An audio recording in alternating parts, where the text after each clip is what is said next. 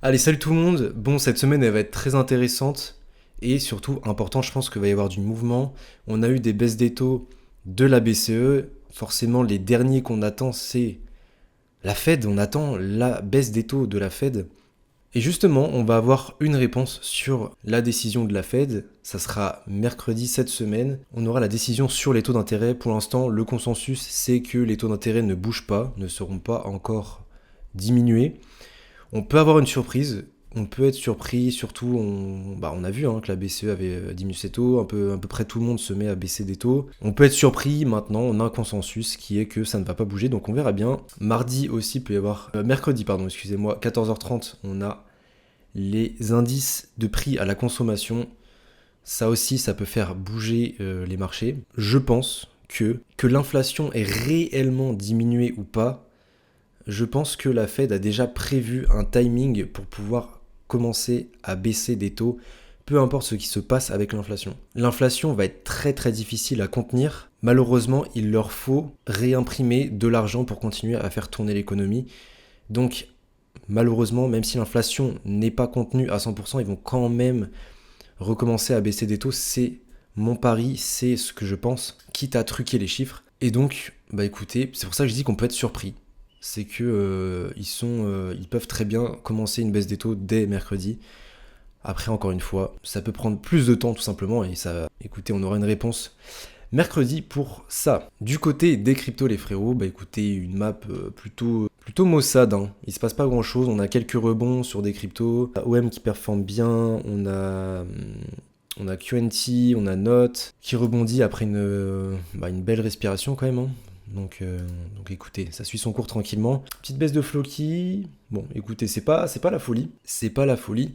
Je pense que les gains, là, en ce moment, se font encore sur les mêmes coins. Les altcoins ont repris un coup. Les altcoins ont repris un coup. On a Floki qui a pris un coup. On a Ordi qui a pris un coup aussi. On a, pareil, RNDR qui ont toutes pris un coup, là, avec la petite baisse sur Ether, petite baisse sur BTC. Les altcoins ont pris extrêmement cher. C'est fou comment les alts, là, n'ont absolument rien fait ces derniers mois, finalement. En 30-60 jours, les alts n'ont absolument rien fait. Donc c'est assez fou. C'est assez fou quand même. Heureusement que les mêmes coins sont là. Je reviens sur Chomp les frérots qui nous a fait une dinguerie cette nuit. On a touché les 100 millions de market cap. Il y a eu des énormes sommes d'investis. Je crois même qu'il y a quelqu'un qui a investi 100K dans le Chomp. Donc on a touché les 100 millions. Maintenant, il faut que ça respire. Ça prend des bénéfices forcément. Ça m'étonnerait pas même qu'on aille chercher même la zone des 0,60 là. Donc écoutez, on va attendre tranquillement que ça retrace, mais la Chomp vraiment commence à rentrer dans la cour des grands. On a Benji aussi qui a pas mal explosé. Voilà, Benji qui a complètement explosé son ATH, qui était à 70 000. On a touché pareil les 100 millions. Donc là on commence à voir vraiment un top 3-4 des mêmes coins sur base là qui commence à se former. Avec du Brett, on a toujours Toshi qui est assez haut. Et là, ça commence à s'accélérer avec Benji et Chomp.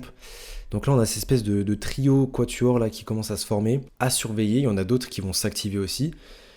Donc écoutez, il y a des gains à faire sur base et ce qui est fou, c'est que là, il ne se passe absolument rien sur le marché. La phase parabolique n'est même pas encore là. Donc il y a quand même des gains à faire et si on hold les frérots, qu'on est vraiment sur des bons meme coins, ça peut aller nous chercher des multiples de x10 dans un futur qui se rapproche de plus en plus les frérots. Donc ça commence à être intéressant. Donc je pense que cette semaine, elle va être décisive pour les mouvements BTC. On va voir ce que ça nous réserve. Il faut être prêt pour les deux scénarios. Il faut être prêt pour une baisse, il faut être prêt et déjà être positionné pour une hausse. Et sinon, écoutez, on va. C'est bien, c'est ce qui nous reste à faire. Ether a du mal. Ici. Maintenant, on sait qu'il y a des énormes positions ouvertes par des baleines. On sait que les baleines ont énormément accumulé et ça continue d'accumuler. Donc, encore une fois, on voit long terme, c'est bullish de fou furieux. Et maintenant, c'est que de la patience, les frérots. Et c'est que du hold. Simplement, c'est que du hold pour enfin pouvoir avoir notre fameuse alt season. C'est juste de la patience les frérots, tout simplement. Bon, c'est la fin de cette vidéo. Si elle t'a plu, n'hésite pas à liker, commenter, partager. Si tu veux aller plus loin, n'hésite pas à rejoindre mon groupe privé, je te mets en description. Et nous, on va se retrouver pour une prochaine vidéo. Ciao tout le monde.